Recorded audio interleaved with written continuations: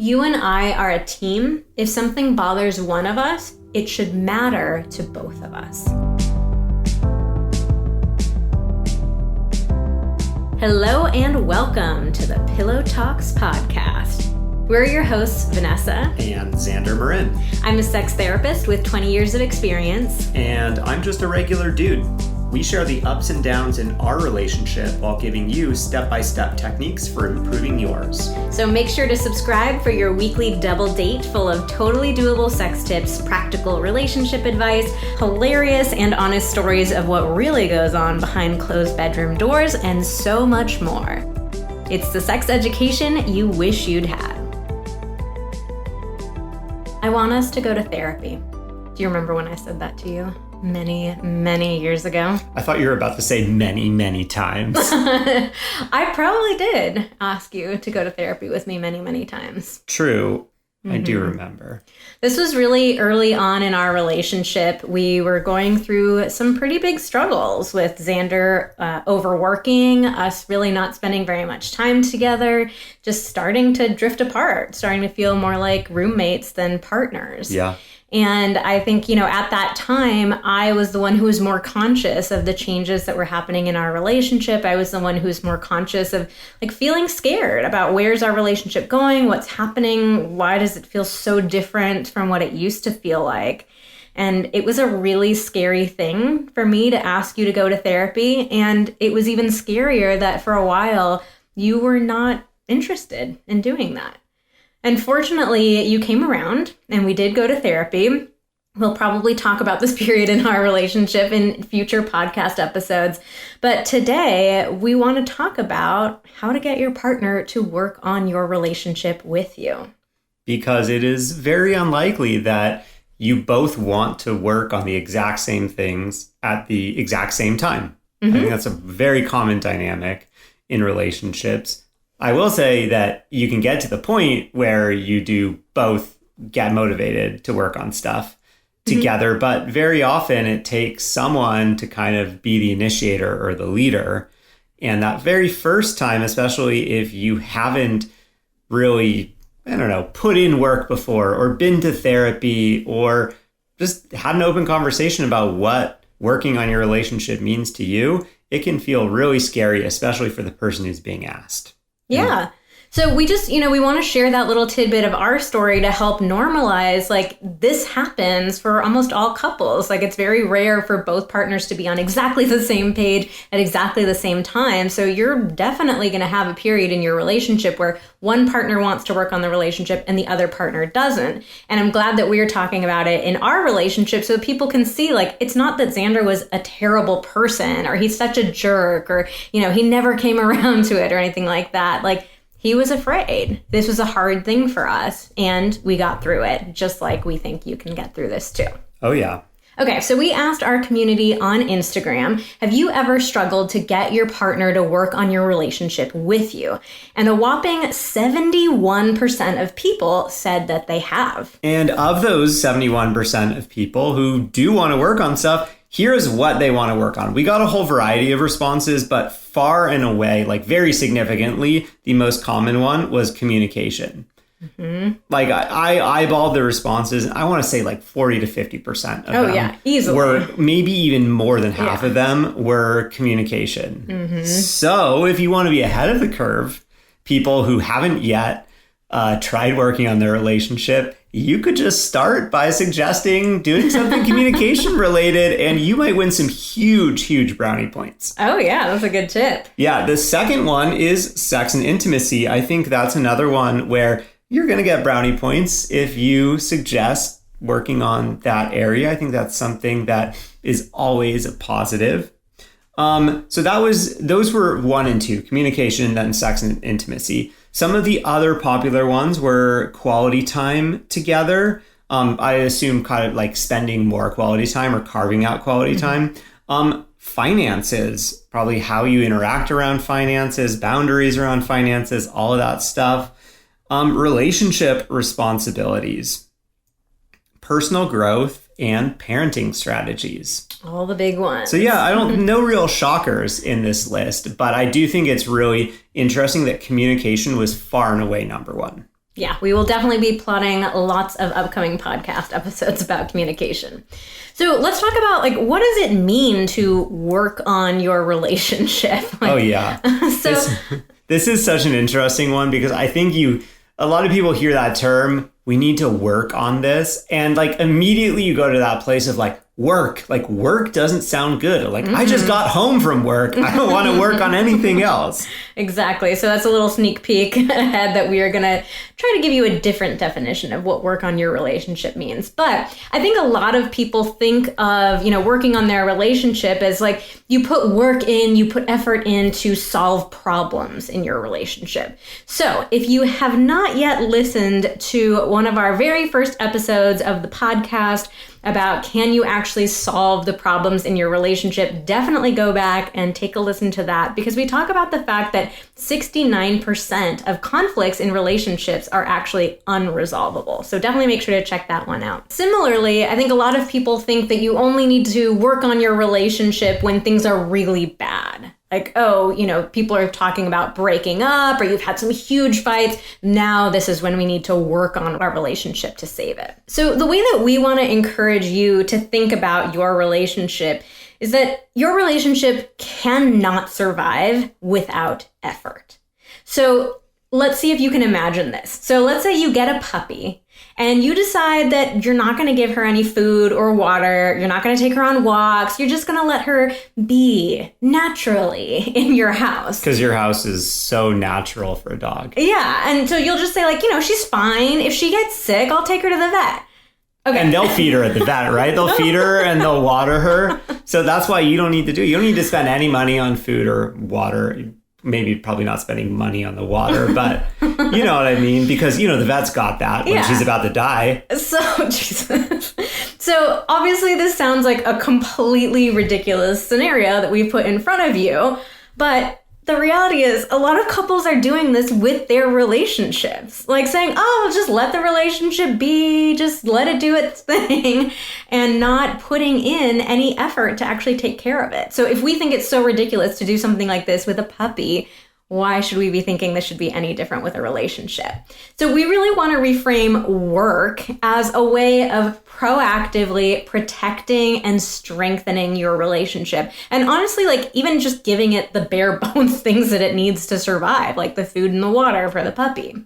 So the way that Xander and I like to think about working on relationships is to think about what are these like simple, daily, very practical things that we can do to just nourish our relationship. And I like to think about this as like 10 minutes a day. What can I do 10 minutes a day? Everybody has 10 minutes in a day. I don't care how busy you are. You can find 10 minutes. So what can we do in those 10 minutes to take care of our relationship? Yeah, I think that's so powerful, because I know in our situation, when things were tough for us, like we had not been putting in those 10 minutes a day in the 6 to 12 months beforehand. And so for me, I just felt like, man, I am so busy. I'm working my ass off.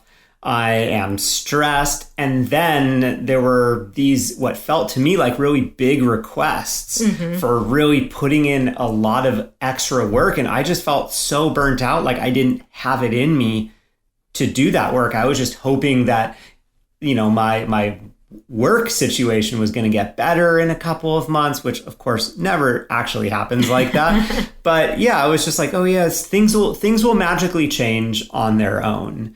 And it just felt like, man, I couldn't possibly set aside enough time to do this work that we need. And that was really scary. Yeah, I think when we save working on our relationship until things are really bad, or we think of it only as solving problems, it feels like work. It feels like, oh my God, we have to have this huge conversation about this dynamic, or we have to like repair after this enormous fight that we had. We're exhausted and now we have to do all this additional work. But if you can shift your mindset and think about it as, how can I nurture my relationship? How can I take care of my relationship? It takes less time, it feels way more fun, and it's way more effective. Oh, yeah. So the other piece of this that I like to think about is, can we think about this as taking our relationship from good to great? So I have another like kind of funny comparison here for you. So let's say I can tell you like, all right, you can make $30,000 a year, Or you can spend 10 extra minutes a day and you could make $100,000 a year. So why would you not want to do that? All right. Hold on a second. You're telling me that I can work 10 more minutes and I can make more than 3 times the money? That seems a little out of whack. Don't check my math on this here. Obviously, there's no way to turn the little salary example into like what your relationship will feel like. But I genuinely do think that if you could put 10 minutes a day into your relationship, into really nurturing and taking care of it, it would feel wildly different. So much better than if you're just letting it try to like subsist on its own. So I'm going to feel like I'm making $100,000. Yeah. That's pretty good. All right. You? I'll go for that 100 grand feeling. So some of the ways that 6-figure feeling. Should that be the new name of our podcast? Oh, that's good. Well, yeah, when we start doing business coaching, the 6-figure feeling.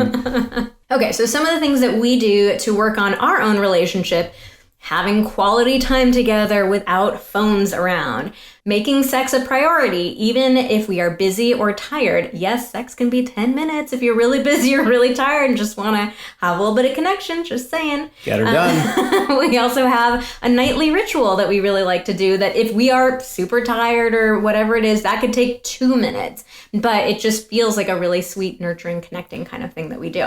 I even have a couple even smaller examples. You might hear this and be like, oh, well, that can't possibly make a difference. But I'm telling you, these little things do make huge differences when they add up. They compound like day after day. It's kind of, it's like interest compounding or something. You're getting into my finance comparisons. Yeah, I know. I'm really just digging into it. But yeah, it's like you put a little bit in the bank every day, and with interest and adding up, it becomes a lot more later on. So like, another example is, and this is, for me, I'm a physical touch person. I like to just give and get as many hugs as I can in a day. And so, if we bump into each other in the house or whatever, I'm feeling a little down, I say, hey, can we have a hug? Yeah. And so like, that's really nice. Another thing that we started doing in the last, 6 or 7 months is like, whenever the other one enters like the room, we each we make an effort to acknowledge the person who's entered, be like, oh, hi. Yeah. And like, it sounds actually, I am hearing myself say that and it sounds really almost creepy, but this is just, it's so nice. Like, I noticed Vanessa doing this a lot. Like our house has an upstairs and a downstairs. And so like I would walk down the stairs and Vanessa would be sitting on the couch and she'd be like, hi. I'd be like, wow, that feels really good. Yeah. And I asked her about it one day. She's like, oh yeah, I've been trying to make more of an effort to acknowledge you. Mm-hmm. And I was like, wow, that's cool. And so we both do that for each other now. And I feel like it's one of those things in the moment, maybe you don't really notice it, but then it's like over the course of a month, you're like, man, like my wife really like notices me. Yeah, I do. Yeah. Okay, so we could keep going about lots of other ideas of specific things that you could do to work on your relationship. But what we really want to talk about today is addressing those couples where, you really want to work on your relationship, but your partner doesn't want to.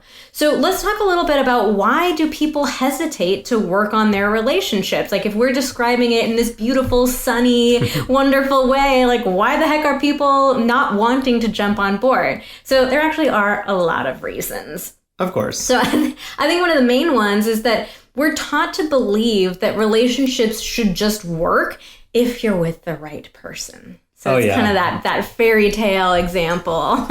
Yeah, this being with the right person myth, this is so perpetuated in movies, love stories, romance novels, fairy tales. You're reading a lot of romance novels these days? No. You know what? Sidebar, I'm not sure if I've ever read a romance novel. Have you? No, I haven't. You've never read one, like an airport one? Oh, I've read like 50 Shades of Grey. I don't know if that counts. I mean, I think that's like romance plus. Is that the new category in the library? R plus. There's some good stuff in there. Okay, so getting back to the let me backtrack a little bit now. So before the R plus aisle, you just have the romance stuff, and that's where this myth is so perpetuated. It's kind of like at the beginning, you do put in work, but it's putting in work to overcome the odds. Like, you know, like I'm thinking, I don't know why this movie always comes to mind, probably because I saw it when I was 13. She's All That. Like, oh, yeah. That's like the first movie I always think of. It's like popular, good-looking, popular guy makes a bet with his friend that like he can turn the, you know, the art girl into prom queen. She's not gonna get along with his friends. She's not beautiful, but oh wait, we can like all we have to do is take off her glasses. Yeah, all we have to do is take off her glasses and well, bam. Will I be prettier if I take my glasses off? No, you're beautiful just the way you are. Thank you. But yeah, no, you're right. There's always this like, oh, we have to overcome the odds, or like turn the bad boy into the good guy. But then it's like, then you're just happily ever after. Yeah, then it's like, oh, okay, cool. Now we're like set for life. We're married. Like, she's cool. She's beautiful. Like, they can finally be together. Yeah.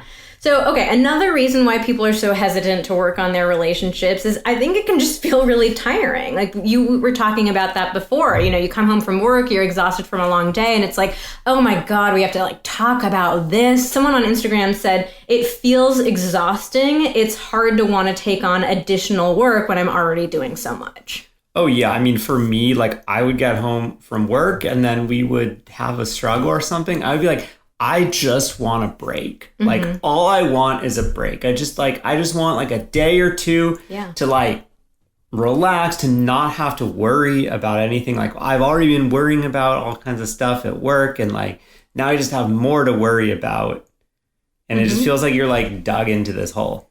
I keep thinking about R+, and I just am cracking up. I'm trying really hard not to. Especially as we're talking about these serious topics. I thought you were having some like serious feels from back in the day. But I'm glad she's laughing at my jokes. Okay, another reason is that it can feel really scary to work on your relationship. I think especially if things are not in a great place between you and your partner. You know, sometimes we don't want to acknowledge that we are going through challenges or struggles. Sometimes it feels easier to just bury our heads in the sand rather than having to ask ourselves these questions of like, wow, this is a lot of work. Is this too much work? Are we incompatible? Like, it can feel really overwhelming. Oh, yeah. And I mean, and also then there's this whole aspect of like not wanting to necessarily even look around enough to get to a point where you might need to acknowledge, like, have I done something wrong? Have I hurt this other person that I love? Is there something that I need to work on? It's like your brain has this built-in defense mechanism where it's like, well, if you just ignore that, then everything's fine. But that's not really how the world works. You can bury your head in the sand up into a point, and then you're drowning in sand, and then you can't. So when you and I were talking about this episode, we started having a side conversation about another dynamic that for me, like I found it really fascinating talking about this with you. So about the ways that men are discouraged from talking about their emotions. So we don't want to assume that everybody listening to this podcast is in a heterosexual relationship, but for those of you who are, this might be kind of interesting for you. Yeah, well, I think we probably talked about this in previous episodes as well, that men are generally not socialized to be super in tune with their emotions. You know, to be masculine is to not be emotional. Then on top of that, such a big part of masculinity is this idea of being a competent man. Like, he doesn't ask questions. He knows how to do things. He doesn't need help. Yeah. And so when you get into these types of discussions about like, is something off in our relationship? Do we need to fix something? Do we need to work on something? He can feel like his masculinity is being challenged. Of like, it's basically like, you don't know how to do relationships. Like, you're not a man. You're not competent. So, and let's be honest, like, I think in heterosexual relationships, the vast majority of the time, it's the woman coming to the man saying, hey, I want us to work on something. Because as women, we are socialized to be more in tune with our emotions. We're socialized to be more like into personal growth and development. And so it's usually the woman initiating that. And so that was really interesting to me. Like, I asked you that the other day, like, did it feel, how did it feel when I was bringing these things to you saying I wanted to work on it? And that it really struck a chord with you, like with your ego. Yeah, so for me, it really felt like, yeah, like I'm doing a bad job at relationships, and that wasn't the way I wanted to see myself. Mm-hmm. And on top of that, like I recognize that Vanessa is more in tune with her emotions than I am. Vanessa is better at communicating than I am. I think at this time in our lives, Vanessa was probably like in grad school or just had graduated from grad school in psychology. So like, I was like, oh, she has all of these communication skills that I don't have. And I kind of put her on a pedestal like, oh, like she's just like this perfect communicator. And I didn't really want to acknowledge that yeah, like if I was going to have to work on this relationship, I was going to have to acknowledge that I did not have very good communication skills compared to her, that I was, quote, way worse than she was at all of these things. And that didn't feel like something I really wanted to acknowledge. Mm. And sidebar, I'm definitely not perfect at communicating, but well. I've come to realize that. I'm glad you no longer operate under that. So yeah, here's the thing. If you kind of like related with me when I was saying that, what I can tell you is that as you work on things that your partner may objectively be better at than you right now, the better you get, the more you tend to see the areas where they are not perfect in that either. Yeah, none of us are perfect. And that can be a really humanizing and connecting experience for us to realize like, hey, we both have things that we want to work on and we want to work on them together. Oh, yeah. So, okay, that one is a little bit of like a sidebar there, but we're kind of curious to know, like, should we do an entirely separate episode on why men don't want to work on relationships? Because Xander and I ended up having this very long conversation about all these different dynamics, things that we'd never really talked about before. So DM us on Instagram. We're at Vanessa Marin Therapy, and let us know if you would like to see a specific episode just about that. But for now, we are going to move along.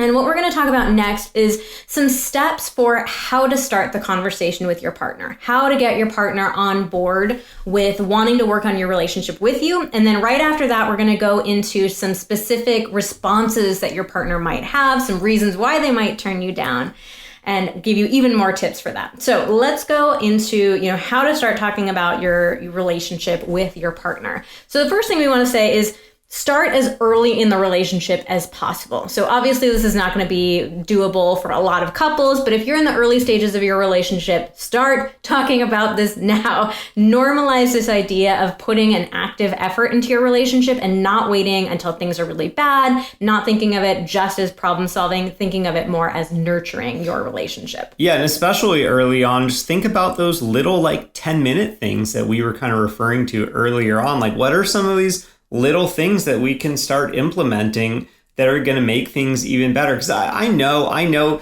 when things feel good, you're not really thinking about okay, cool, what are more things that I can do? Mm-hmm. You're like, okay, cool, this is good. Like, I'm going to take my foot off the gas. But keep thinking about those 10-minute things early and often and never stop. Yeah. Okay. So you are now approaching your partner, going to have this conversation about working on your relationship together. A great first place to start is to start talking about the things that you love about your partner and about your relationship. So this is going to help your partner relax and be more receptive to listening to you rather than you coming in hot with here are all my complaints, all the things you're doing wrong, all the things we need to work on.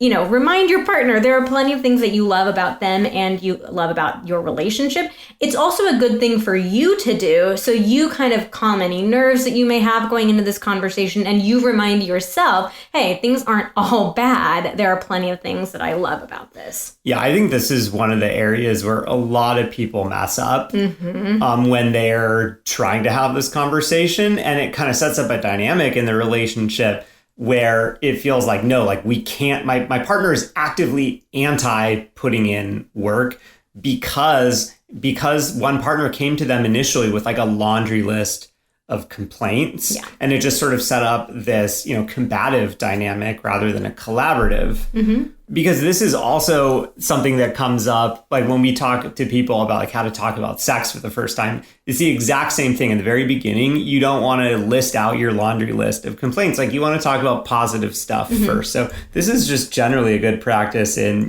most communication things. Don't jump into the deep end. Yeah, and I think you can continue focusing on the positive throughout the conversation. And also, like, as you and your partner do start working on your relationship, you can also be, focusing on giving tons of praise to your partner for any effort that you see them put in. Okay, so next step, you're focusing on the positive. Then our next step is to state your reasons for wanting to work on the relationship. So I think, again, a lot of us come in hot with complaints and things that we want to get fixed. And it actually can be much better to focus on the fact that, like, you want to work on your relationship because you want to feel closer to your partner. Yeah, because if you don't say that, what the partner tends to assume is like I'm doing something wrong, or like they make it about themselves rather than hearing why you want to work on it for you. Yeah. So, point out the benefits of working on your relationship, the ways that it'll make you feel closer, more intimate. Maybe it'll improve your sex life. Maybe you guys will have more fun together. And especially if your partner, starts to focus on the negative, or there are a lot of fears coming up for them, the more that you can remind them of, like, hey, these are my positive intentions. These are the positive benefits that we can have by doing this. It'll really help center that conversation. Another thing that you can do is to talk about the areas that you want to work on yourself. Because I think a lot of times partners hear, like, you did this, you're bad at that, you need to change this, and they feel attacked, like it's just all being put on them. And if you take ownership of, like, hey, I want us to work on our communication. I know that I'm not very great at staying calm, when my feelings get hurt, or, stuff like that, where it's like you're taking ownership, you're acknowledging I'm not perfect, I want to be working on things too. That makes it feel like you guys are a team. Yeah, it's like I want to work on this even if you were already absolutely perfect, which is already unreasonable. But it's like I would still want to work on our relationship because there's some areas that I want to improve. Yeah.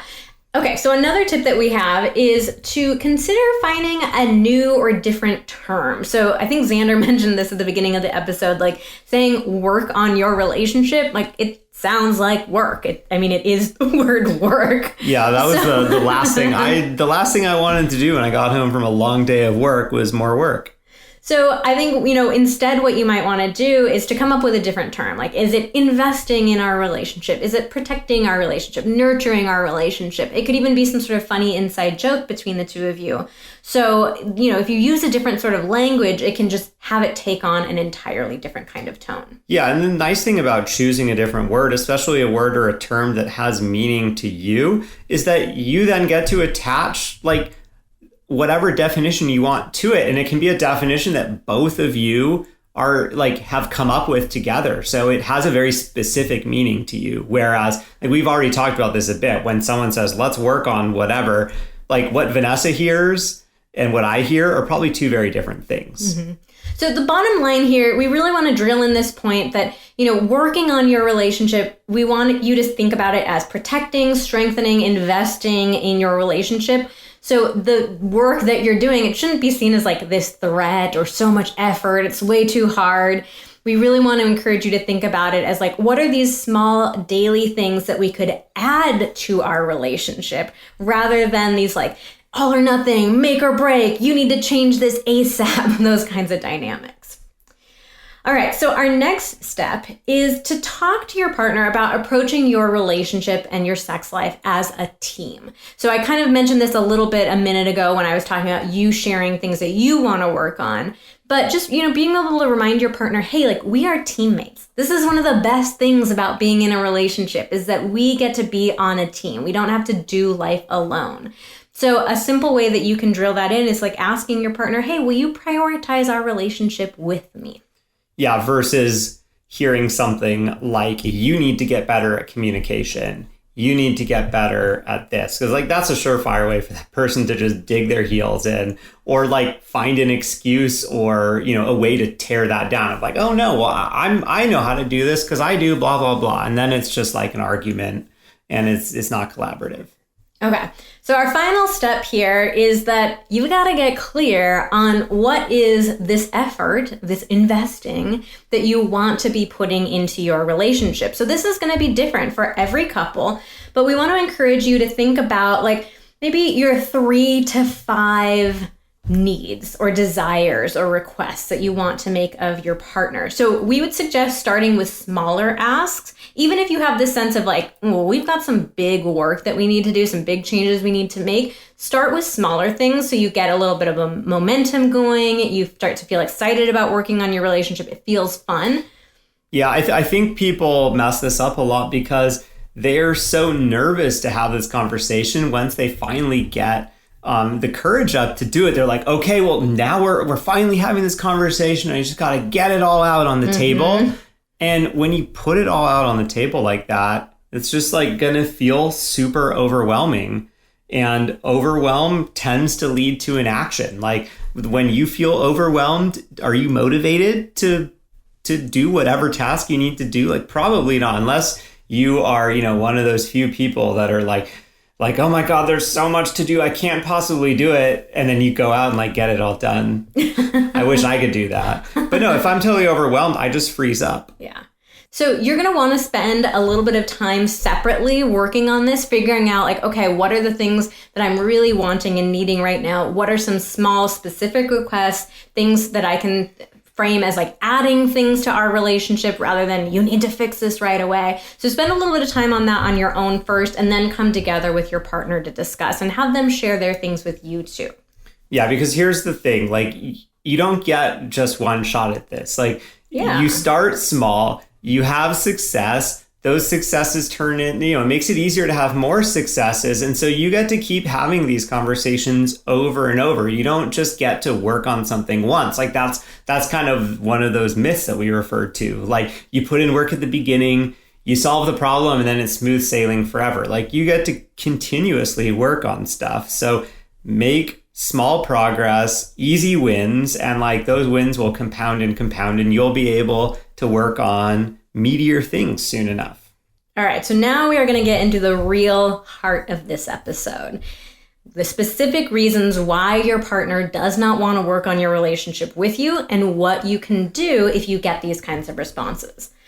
All right, so one person on Instagram said that what their partner tells them is, if it ever gets so bad that you're thinking about leaving me, well, then I'll go to counseling. Oof. I think that's a pretty common one. It's like, I'm not going to therapy unless we're getting a divorce. Yeah.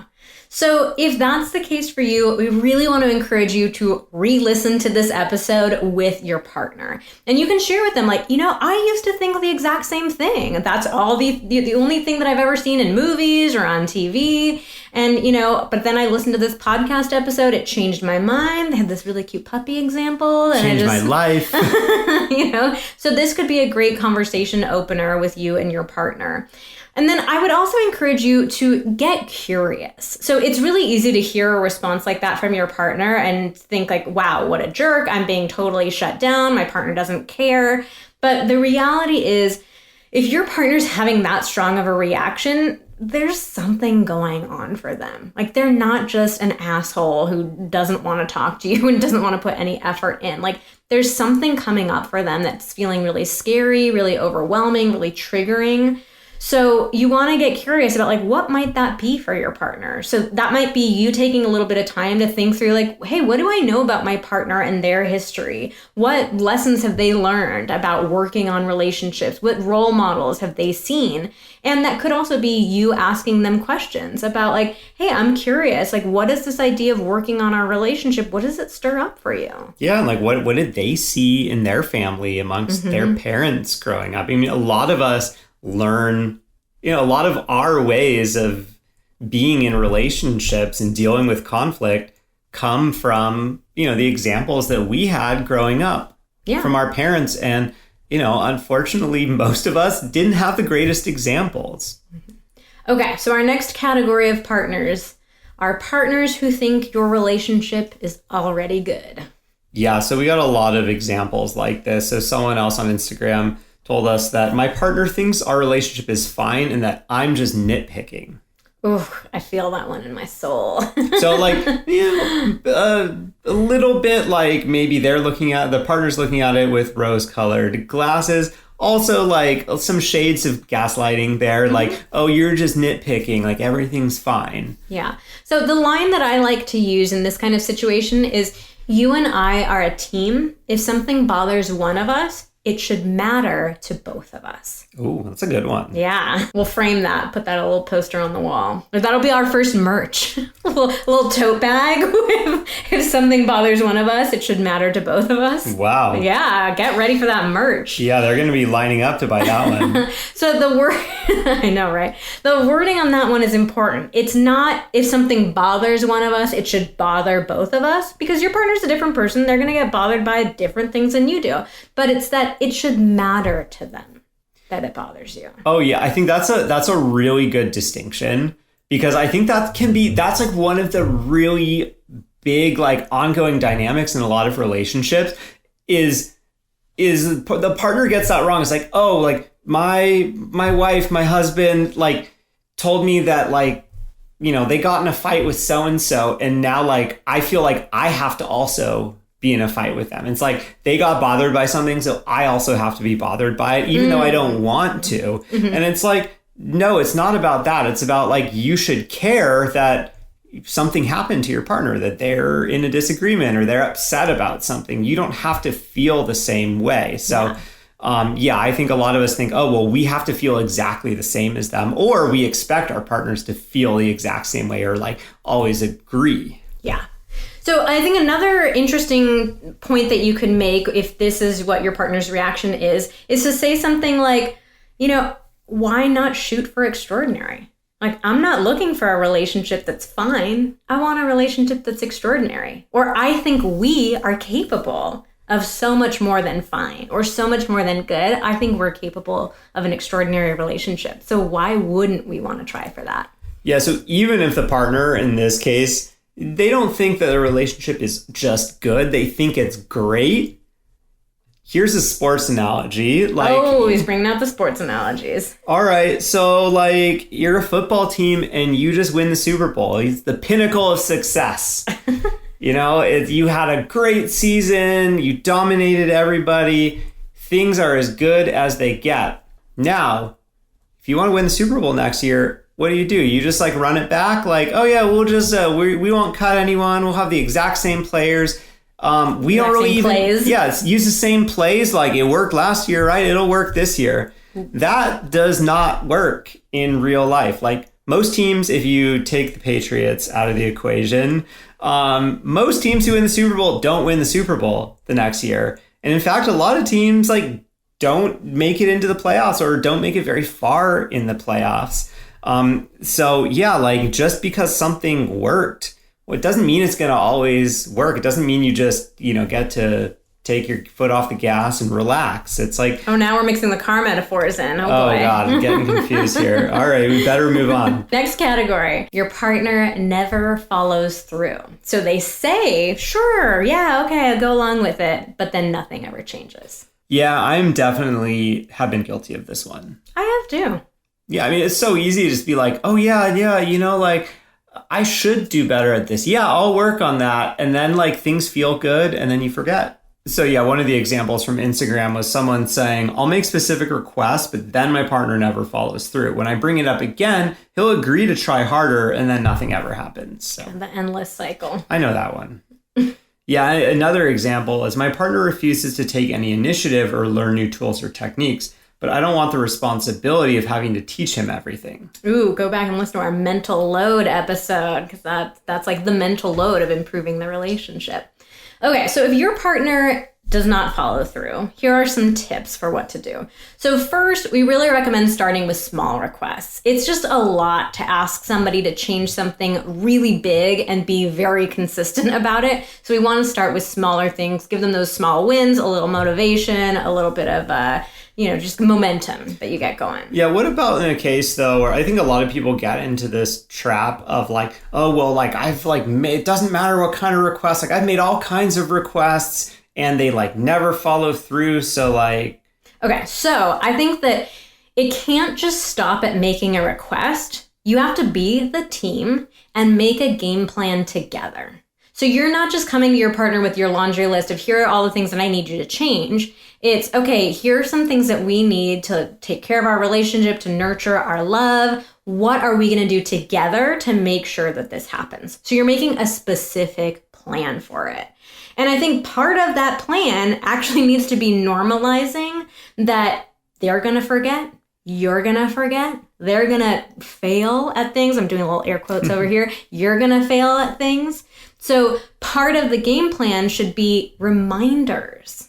We are such big fans of like, put reminders in your cell phone, put it in your calendar. Like, we're human. We have so many things going through our heads on a daily basis. Like, trying to add new things is so hard. So use technology to help set yourself up for success. And then be really gracious with yourself and with each other when your partner does forget. I mean, you want to see that your partner's making an effort, they're trying, but they're going to be human. They're not going to hear a request one time and be perfect at it for the rest of eternity. And then another thing you can do is have a weekly or monthly check-in to keep this top of mind. Because again, like, you can't tell your partner you want something once and they're going to give it to you exactly the time that you want it, every single time you want it for the rest of your lives. Like, you have to keep talking about it. So if you build in some sort of regular check-in, that's going to set you both up for success. All right, our next category is partners who get defensive.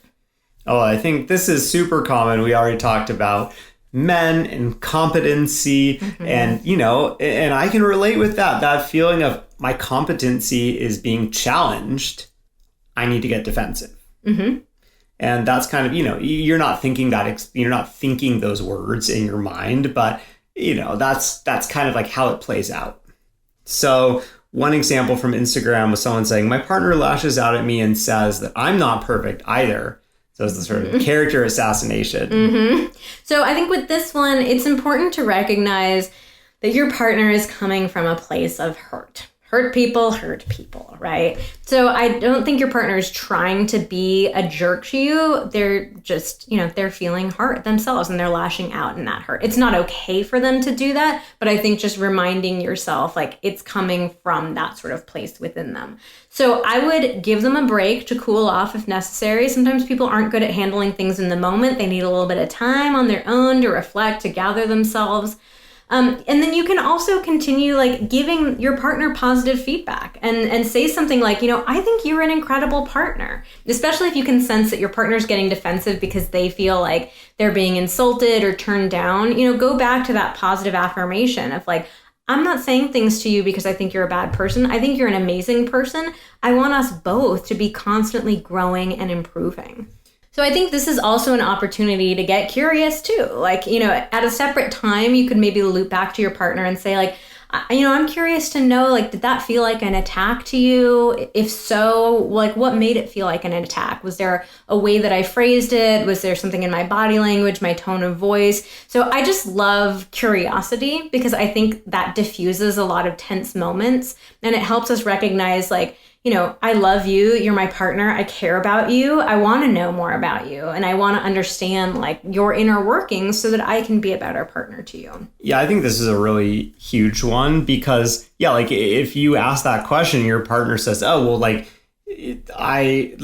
felt like an attack because I heard you telling me that like I'm screwing up at this and I'm not doing that right. I need to get better at that. Then it's like, yeah, maybe they have a point. Like that's, you could work on your delivery, to use I statements, talk about how you're feeling, like how, like what they're doing makes you feel, not like they're doing something wrong. But if it's truly a case of like you communicated really effectively about how you were feeling and then they made assumptions or created implications that weren't really there, then it's like, oh, okay, well, like, I didn't actually say that.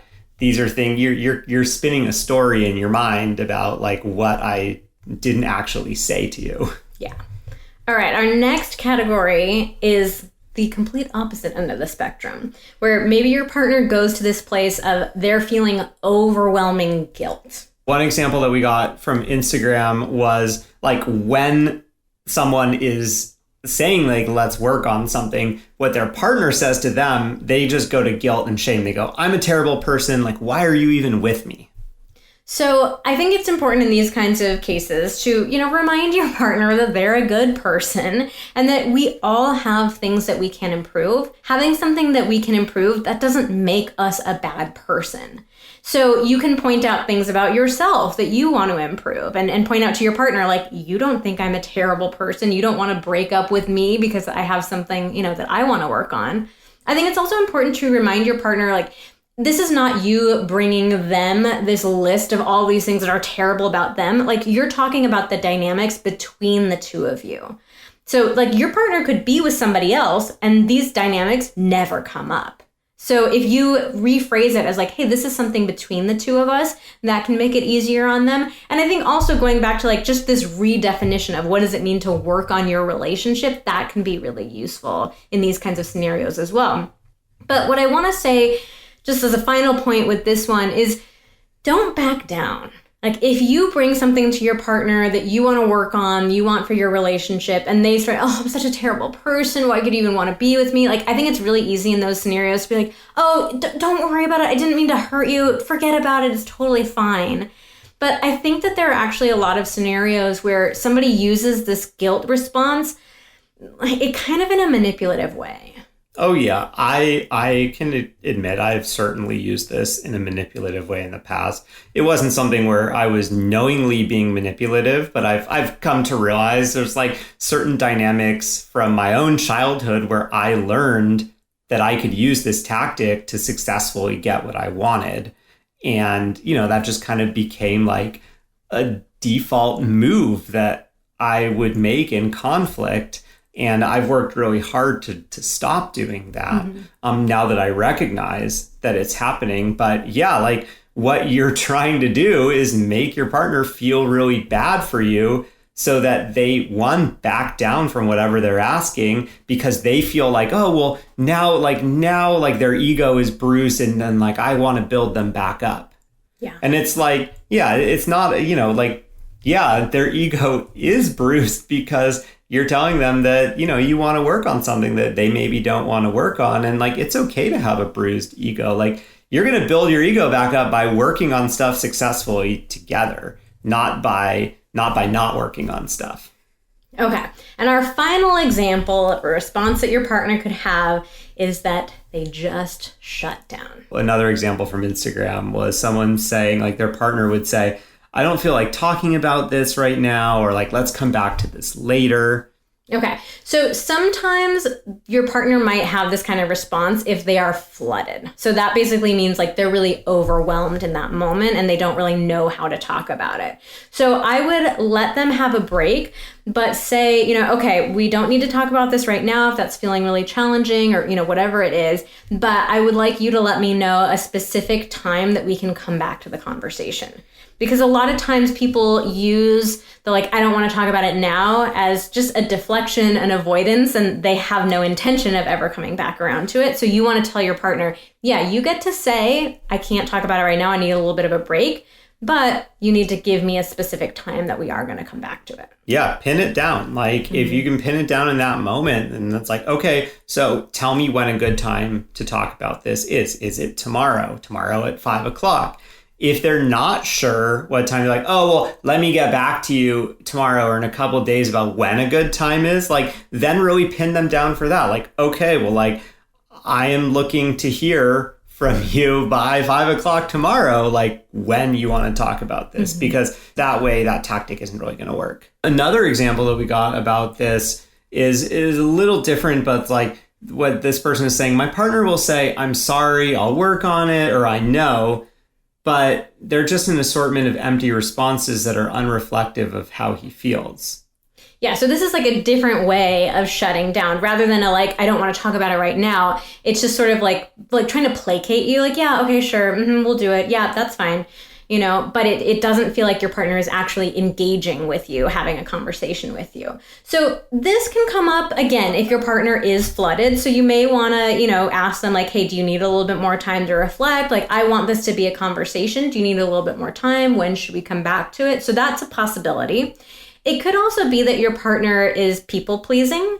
I think a lot of people, they just want to know that other people are happy with them. They're doing a good job being a good person. And so sometimes it can be really easy to say I'll do whatever you want. Yeah, that's totally fine, Also, this could be an indication that this tactic has worked on you in the past. And so that's why they're using it. Like if that's something, if you're someone that's brought stuff up in the past and, and then your partner is like, okay, yeah, sure, whatever. And then like nothing happens and you aren't on them about that, they probably come away being like, okay, cool. This must not have really been that big of a deal because I'm not actually coming back to it and no one's upset. So bottom line is what you want to share with your partner is something like, I want this to be a conversation between the two of us. I don't want this to be just me telling you what to do. I want us to talk about it. And again, loop back around to that idea of being a team, loop back around to that idea of like, these are fun things that I want to add to our relationship, not just me giving you all these complaints that I want you to change. So if you're really able to change that idea of what does it mean to work on your relationship, I bet you that you will be able to get your partner much more engaged. Woo, that was a lot. Yeah, a lot of different possibilities. To recap all of that, we want to normalize this idea that healthy relationships take work. Or investing, prioritizing, nurturing, whatever your word wants to be. So we really want you to think of this not as working on your relationship, but as proactively protecting and strengthening your relationship. So when you want to approach your partner, remember to start small, keep things positive, give your partner plenty of praise and great feedback. Tell your partner what you love about them and your relationship, and tell them why you want to work on your relationship. That it's really coming from this place of wanting to honor the connection that you guys have with each other, to go from good to great, to have a truly extraordinary, special relationship, that six-figure feeling. Ooh, she brought it back. Bringing it back. So when your partner sees that you have these positive intentions, that you want this to be something that feels fun and lighthearted and joyful, they are going to be so much more likely to get on board with jumping in and doing the work. Well, that's all for today's episode of Pillow Talks. Thank you so much for listening. Join us again next week when we'll talk about how to kiss. It's our first how-to episode. Yeah, we've been talking about this kissing thing for a while. It's gaining some traction on social media. You'd be surprised at the number of DMs and questions that we receive about this not so basic skill. Let's put it that way. We have a lot of how-to sexual technique episodes planned for you guys, but we wanted to start with kissing because we've been talking about it a lot on Instagram. And I think a lot of people are... You got to start at first base. Exactly. Oh, should we do it in that way? Rounding the bases. Rounding the bases. Vanessa and Xander. Shoot, that's another good podcast name. We missed out. Damn, can we change it? I think it's too late. All right, so we want to just leave you with a free gift. We have a free downloadable guide called 3 Simple Daily Habits to Keep the Spark Alive in Your Relationship. So this kind of gets back to what we were talking about at the beginning of the episode about what are fun things that you can add to your relationship that really just bring so much more joy and connection and happiness. Just go over to vmtherapy.com/episode 6 and you will find the link to download it. All right, thanks for listening and we will see you next week.